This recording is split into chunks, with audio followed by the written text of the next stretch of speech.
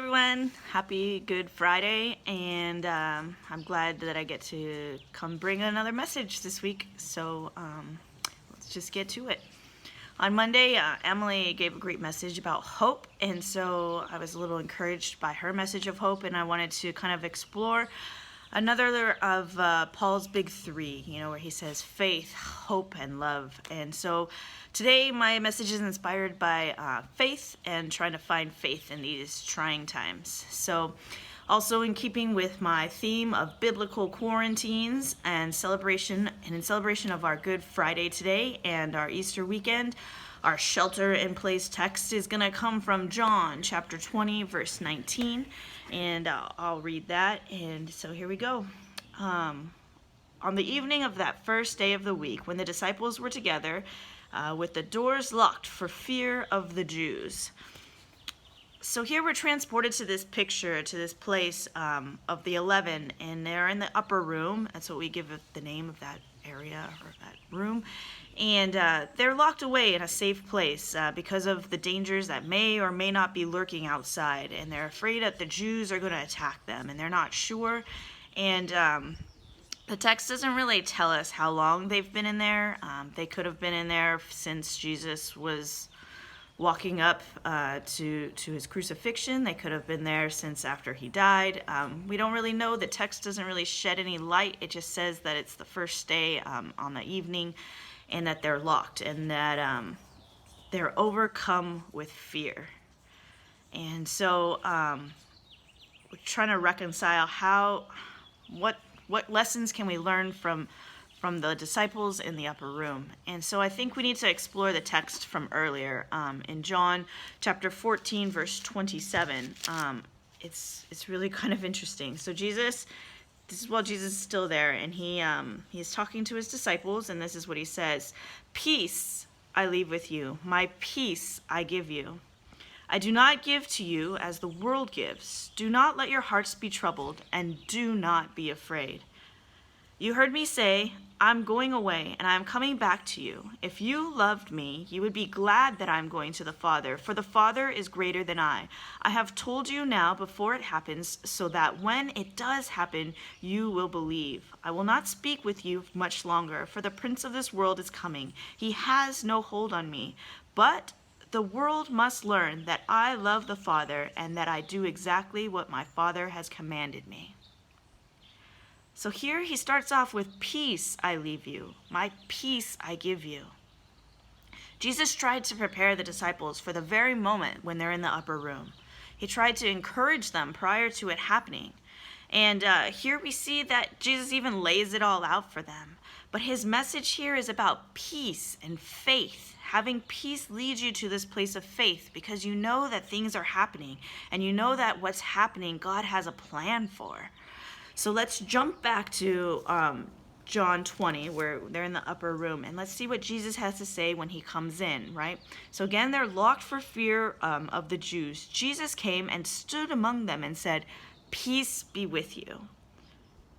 After he said this, he showed them his hands and his side. The disciples were overjoyed when they saw the Lord. And again, Jesus said, "Peace be with you.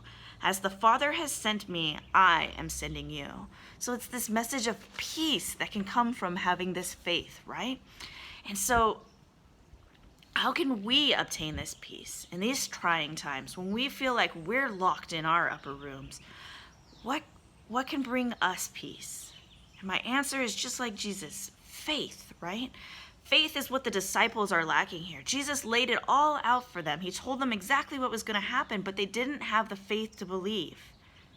So here Jesus says, have peace because of faith. Look, what happened, what I said would happen, actually did happen. When they realized that, they were overjoyed. So Jesus tells us to have peace, right? And so our second text today is going to come from Psalm 107. And it's a psalm of perseverance and the power of faith, even when faith can be temporarily lost. And after every trial, the psalmist comes back to these same lines. And here he says, "Then they cried to the Lord in their trouble, and he delivered them from their distress. Let them thank the Lord for his steadfast love, for his wondrous works to the children of man.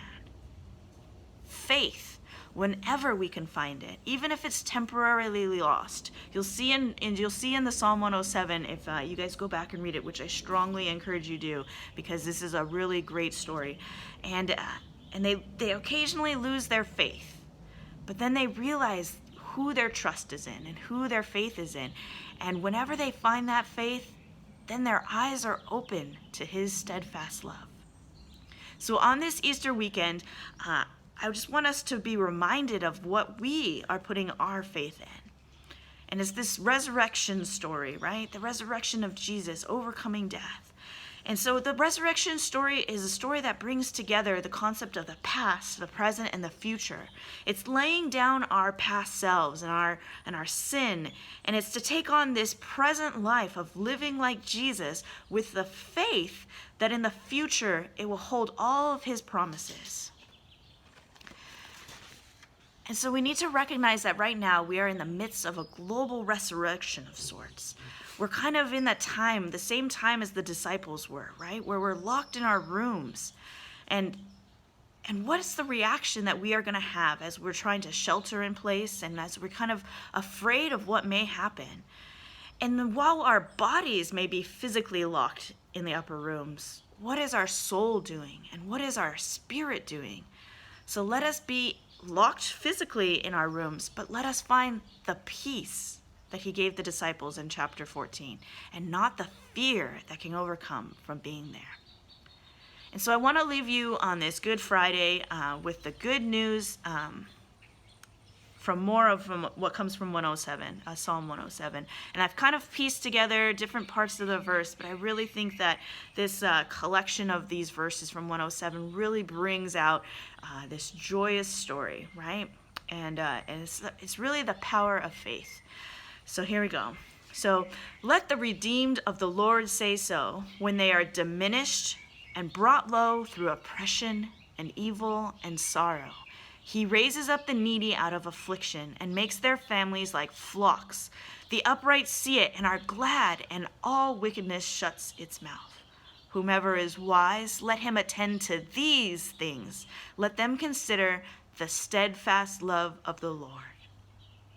Let the redeemed of the Lord say so.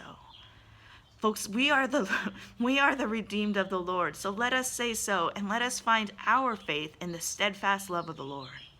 So this week I recommend some really great songs.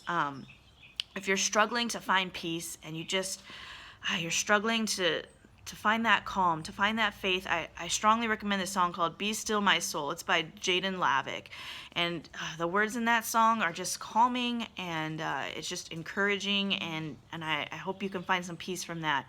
And then the other song I want to recommend is called All Ye Nations, and it's by a group called Tim Be Told.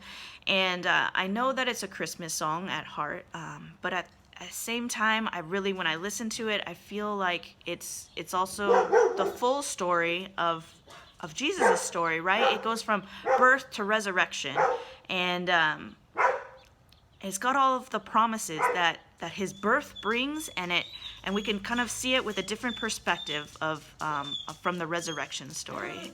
So let the redeemed of the Lord say so, and let the steadfast, I hope that you can consider the steadfast love of the Lord this weekend, because it's there, and it's there for the taking. So I pray for peace for you, and I pray for faith for you, and happy Easter weekend. The Lord will rise again. And so good to see you guys, and have a great weekend. Bye.